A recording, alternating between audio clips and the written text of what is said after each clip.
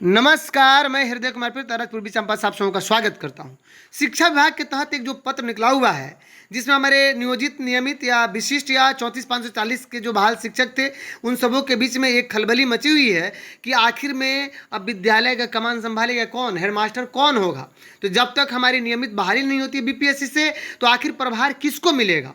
और ये जो लेटर है शिक्षा विभाग से, जो अभी वैद्यनाथ यादव हैं, निदेशक हैं, डायरेक्टर माध्यमिक शिक्षा के, उन्हीं का एक लेटर है।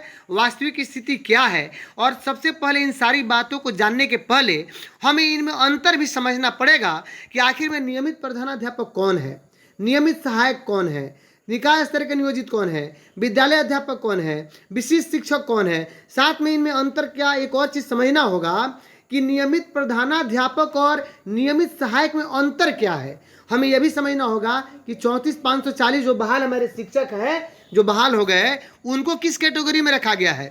ठीक उसी प्रकार 1 से 5 के जो नियमित नियोजित बीपीएससी या 34,540 जो हों, 6 से 8 नियमित नियोजित बीपीएससी, नियमित नियोजित बीपीएससी, 9 से 10, 11 से 12 नियोजित या बीपीएससी। तो आखिर इनमें अंतर क्या है, इन सारी बातों की जानकारी और लेटर का असर किन किन पर पड़ रहा है, किन किन विद्यालयों के बारे में इससे बात की गई है, इन सारी बिंदुओं पर हम चर्चा करेंगे। तो अगर आप मेरे चैनल पर नए हैं तो फिर मेरे चैनल को सब्सक्राइब जरूर कर लीजिएगा।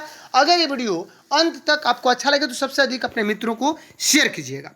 सबसे पहले हम जान लेते हैं कि नियमित प्रधानाध्यापक और नियमित सहायक में क्या अंतर है। तो नियमित प्रधानाध्यापक और नियमित सहायक, देखिए सबसे पहले जो नियमित वर्ड है यह 1994 के बहाल या 2000 के जो बहाल हमारे जो शिक्षक है जिनको 9300 का स्केल जो मिलता है, ये वही शिक्षक है नियमित। निकाय स्तर आप समझते हैं, नियोजित जो है वो चाहे पंचायत हो, प्रखंड हो, जिला परिषद स्तर पर भी बहाली हुई है, यानी हाई स्कूल और 10+2 में भी बहाली हुई है। कुछ लोगों को भ्रम है कि 10+2 में बहाली नहीं हुई है। 6 से 8 में भी स्नातक ग्रेड में उनकी बहाली हुई है। तो चाहे 1 से 5 हो, 6 से 8 हो, 9, 10 या 10+2। ठीक उसी प्रकार विद्यालय अध्यापक, इनकी भी बहाली 1 से 5, 6 से 8, 9, 10 और 10+2 में हुई है। विशिष्ट शिक्षक ये वही बनेंगे जो नियोजित होंगे और नियोजित के बाद ये विशिष्ट शिक्षक बनेंगे।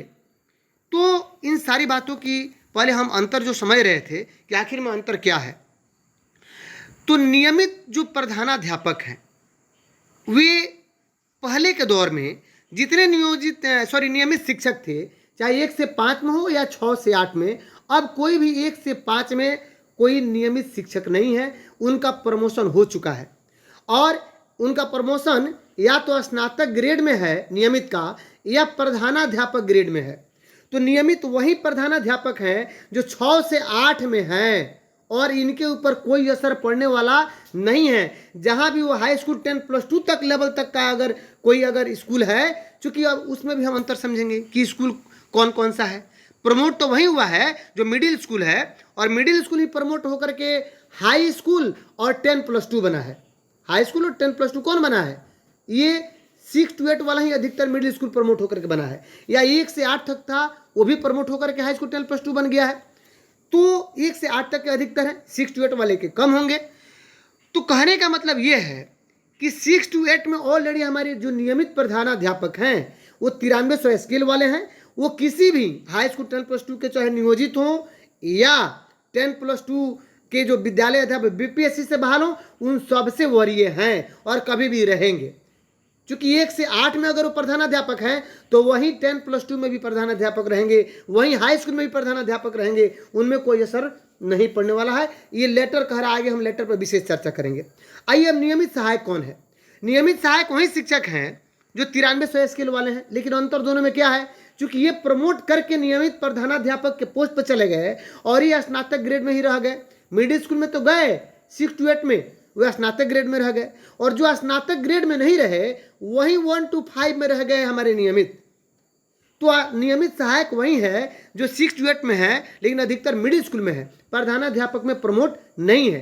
तो ये दोनों जो हमारे हैं नियमित सहायक नियमित प्रधानाध्यापक, चाहे इनका विद्यालय 1 to 8 हो या 1 to 8 से जो प्रमोट करके हाई स्कूल 10+2 हो गया हो, इनमें भले ही हाई स्कूल या 10+2 के बीपीएससी के बाल शिक्षक हो या निकाय स्तर के बाल शिक्षक हो, हर हाल में नियमित प्रधानाध्यापक और नियमित सहायक ही वहां पे सीनियर है और उन्हीं को प्रभार दिया जाएगा।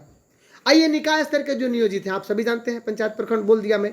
विद्यालय अध्यापक कौन है? तो वही है जो 1 से 5 या 6 से 8, 9 से 10, 10+2 में जो बीपीएससी से बहाल है। और विशिष्ट शिक्षक वही है जो नियोजित शिक्षक है निकाय स्तर के, सक्षमता परीक्षा देकर के जो विशिष्ट शिक्षक बन रहे हैं। अब आइए उनकी बात कर लेते हैं। 34,540 वाले शिक्षक भी जहां भी होंगे उनका सेम कैडर होगा लगभग नियमित सहायक की तरह। किसकी तरह? नियमित सहायक लोगों की तरह। 34,540 के जो बहाली हुई वे भी रहेंगे नियमित सहायक के ही कैटेगरी में। और वे जिस विद्यालय में अगर मिडिल स्कूल में होंगे और उनका स्कूल प्रोन्नत हो चुका होगा हाई स्कूल 10+2, चूंकि वे मिडिल स्कूल में गए, बाद में प्रोन्नत हुआ, हर पंचायत में एक विद्यालय हाई स्कूल 10+2 हुआ, तो वे कभी भी सीनियर रहेंगे बीपीएससी से बहाल, चाहे हाई स्कूल या 10+2 के टीचर हो या निकाय स्तर के शिक्षक हो, भले हुए ग्रेड उनका अलग हो, उनसे सीनियर रहेंगे। अब आइए और बात कर लेते हैं कि 1 से 5 के नियमित, तो जो स्नातक ग्रेड में नहीं गए प्रमोट करके, जिनका प्रमोशन नहीं हुआ स्नातक ग्रेड में, वही 1 से 5 में रह गए। और नियोजित बाकी समझते हैं, बीपीएस समझ रहे हैं, तो इसमें समझने की जरूरत नहीं है।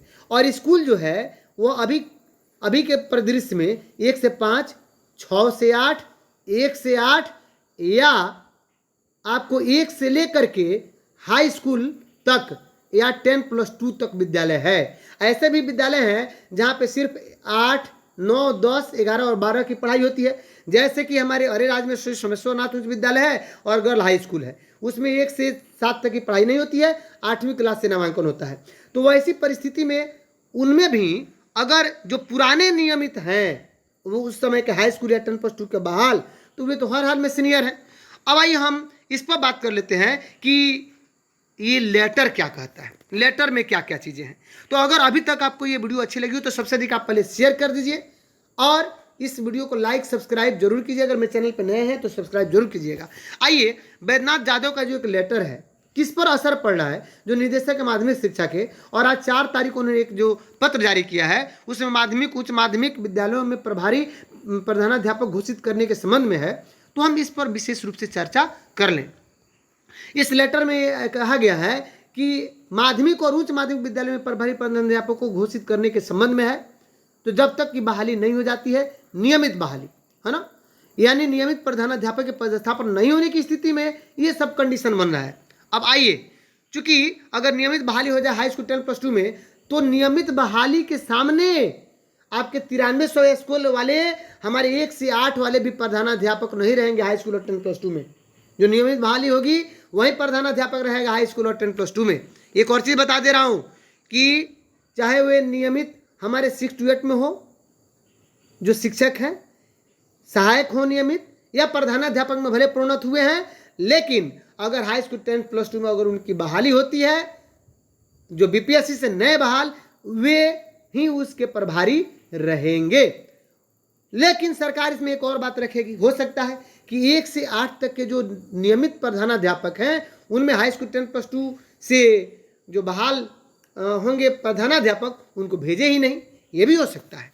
तो चलिए हम सबसे पहले बात कर लेते हैं। पहला जो मैटर है, यदि किसी माध्यमिक या उच्च माध्यमिक यानी हाई स्कूल या 10+2 विद्यालय है जो 1 से 8 के पुराने वेतनमान के प्रधानाध्यापक उसमें पदस्थापित हैं, तो हाई स्कूल 10+2 कैसे हो गया? चूंकि 1 से 8 चलता था, प्रोन्नत होकर के 10+2 हो गया, लेकिन 1 से 8 के पुराने वेतनमान 9300 वाले हमारे प्रधानाध्यापक हैं, साथ में स्थानीय निकाय भी नियोजित भी हैं और बीपीएससी से बहाल हो हैं।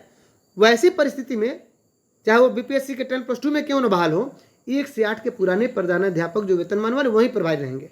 दूसरा कंडीशन ये कह रहा है कि यदि किसी माध्यमिक या उच्च माध्यमिक विद्यालयों में पुराने वेतनमान के माध्यमिक कक्षा के सहायक के साथ, सहायक शिक्षक के साथ स्थानीय निकाय यानी सहायक हो, यानी वही मैं जो बोला था कि 1 से 8 तक जो सहायक हो गए, जो पूर्णत होकर के स्नातक ग्रेड में चले गए, 9300 स्कूल वाले 94 2000 के बहाल, तो वे हर हाल में प्रभारी रहेंगे हाई स्कूल 10+2 के। स्पष्ट है, जो सहायक है वही। अब आइए तीसरा जो कंडीशन ये कह रहे हैं हमारे निदेशक महोदय, यदि किसी विद्यालय में कक्षा 1 से 8 के पुराने वेतनमान के सहायक शिक्षक पदस्थापित हैं और साथ ही उनके साथ स्थानीय निकाय बिहार लोक सेवा आयोग द्वारा नियुक्त शिक्षक पदस्थापित हैं, तो 1 से 8 के पुराने वेतनमान के सहायक शिक्षक को वित्तीय प्रभारी घोषित किया जा सकता है। तो इन दोनों में क्या अंतर है, इसमें और इसमें? 1 से 8 के पुराने वेतनमान के सहायक शिक्षक की बात कर रहे हैं और ये कह रहे हैं कि किसी माध्यमिक या उच्च माध्यमिक विद्यालय में पुराने वेतनमान के माध्यमिक कक्षा के सहायक, यानी अगर ये हाई स्कूल में अगर कोई है पहले से नियमित तो वहीं होगा। यहाँ पे हो गया कि 1 से 8 में अगर कोई नियमित पहले से है तो वहीं यहाँ पे प्रभारी होगा। आइए खेल बदल रहा है कहाँ से, 4, 5, 6 को हम देख लेते हैं कि यदि किसी विद्यालय में केवल स्थानीय निकाय के शिक्षक हैं तो कोई बात नहीं है, सिर्फ स्थानीय निकाय हैं तो जो वरीय स्थानीय निकाय में होगा वही होगा, 4 में भी कोई दिक्कत नहीं है। 5 नंबर जो कंडीशन है कह रहा है कि यदि किसी विद्यालय में केवल बिहार लोक सेवा खाली बीपीएससी हैं वहाँ भी कोई दिक्कत नहीं है, जो बीपीएससी में जो सीनियर होगा वही होगा। ये 6 नंबर जो समस्या है, यही समस्या सबको यहाँ पे दिक्कत हो रही है। 6 नंबर जो बिंदु है, 6 नंबर बिंदु कह रहा है कि यदि किसी विद्यालय में बिहार लोक सेवा आयोग द्वारा नियुक्त विद्यालय अध्यापक या स्थानीय निकाय शिक्षक पद स्थापित है, नियोजित भी हैं और बीपीएससी से बहाल भी शिक्षक है, तो वैसी परिस्थिति में कह रहा है ये लेटर कि बिहार लोक सेवा आयोग द्वारा नियुक्त विद्यालय अध्यापक को प्रभारी प्रधान अध्यापक घोषित किया जा सकता है। यानी यहाँ पे हाई स्कूल 10+2 में जो पहले के बहाल नियोजित शिक्षक हैं उनको जूनियर किया जा रहा है बीपीएससी से बहाल हाई स्कूल 10+2 वाले शिक्षकों से, जो वास्तविक स्थिति में बिल्कुल सही नहीं है। क्योंकि जो पहले आज 15 साल 18 साल से 2006 से बहाल है 10+2 में, 2008 से बहाल है 10+2 में, उनको जूनियर किया जा रहा है बीपीएससी से बहाल 2023 के शिक्षकों से, जो बिल्कुल ही लाजिमी नहीं है। अब इस पत्र पर हमारे किसी एक एमएलसी महोदय का एक लेटर भी अभी हाल फिलहाल मैंने पढ़ा था, जिसमें उन्होंने ये कहा है कि इस पत्र में संशोधन किया जाए। हो सकता है कि पत्र में संशोधन हो जाए, अगर संशोधन नहीं होता है तो फिर याद रखिए कि जब हाई स्कूल में या 10+2 में हमारे बीपीएससी जब सीनियर हो जाएंगे तब तो लेटर कोई भी जब नियमावली खत्म हो जाएगी और कोई भी अगर डायरेक्टर या सीएस एसीएस पत्र निकालेंगे और पत्र के अनुसार बीपीएससी को सीनियर कर देंगे। ध्यान रखिएगा, ये हालात 1 से 5 में भी हो सकता है। और मैं आपको बता दूं कि ऐसे भी स्कूल हैं जो 1 से 8 तक चलते हैं और वहाँ पे नियोजित शिक्षक क्या है, प्रभार में है। तो जहाँ नियोजित शिक्षक प्रभार में है वहाँ स्पष्ट रूप से हमारे बीपीएससी से बहाल, चूंकि उन पर यह असर पड़ रहा है, और बीपीएससी से बहाल जो शिक्षक हैं वही वरीय हो जाएंगे। तो ये जो लेटर है, ये लेटर का 6 नंबर जो बिंदु है, ये 6 नंबर बिंदु नियोजित से बीपीएससी को सीनियर करता हुआ प्रतीत ही नहीं हो रहा, बल्कि स्पष्ट कर दिया गया है। अब इसमें बात आ रही है कि इसमें सकना यूज किया गया, कैन, प्रभारी प्रधान अध्यापक घोषित किया जा सकता है, लेकिन कब तक, जब तक कि नियमित प्रधान अध्यापक नहीं आ जाते हैं। वो चाहे जब तक की बात हो, लेकिन फिर भी इस तरह की बात नहीं होना चाहिए। एक और लेटर है जिसमें कहा जा रहा है कि हमारे नियोजित शिक्षकों को क्या नहीं करना है, जो बीपीएससी से बहाल शिक्षक है उनको तो अभी तत्काल प्रभारी बनाना ही नहीं है, क्योंकि स्पष्ट रूप से बहुत सारे हमारे ऐसे भी हेडमास्टर सस्पेंड हो चुके हैं जो प्रभारी बना के चले गए, जिनका 2 साल प्रोबेशन पीरियड समाप्त नहीं हुआ है, जो नियमित शिक्षक है, जो बीपीएससी से बहाल है। तो वास्तव में ये जो लेटर है यह एक गले का घेग 6 नंबर बिंदु बन रहा है सभी नियोजित शिक्षकों के लिए। भविष्य में इसका असर व्यापक पड़ेगा। तो अगर अभी तक की वीडियो आपको अच्छी लगी हो तो सबसे अधिक आप इस वीडियो को अपने मित्रों को शेयर कीजिए या उन नेताजी लोगों को शेयर कीजिए, एमएलसी विधायक सांसद जहां आपका अप्रोच लगता है वहां शेयर कीजिए, ताकि इस तरह की बातें न हो।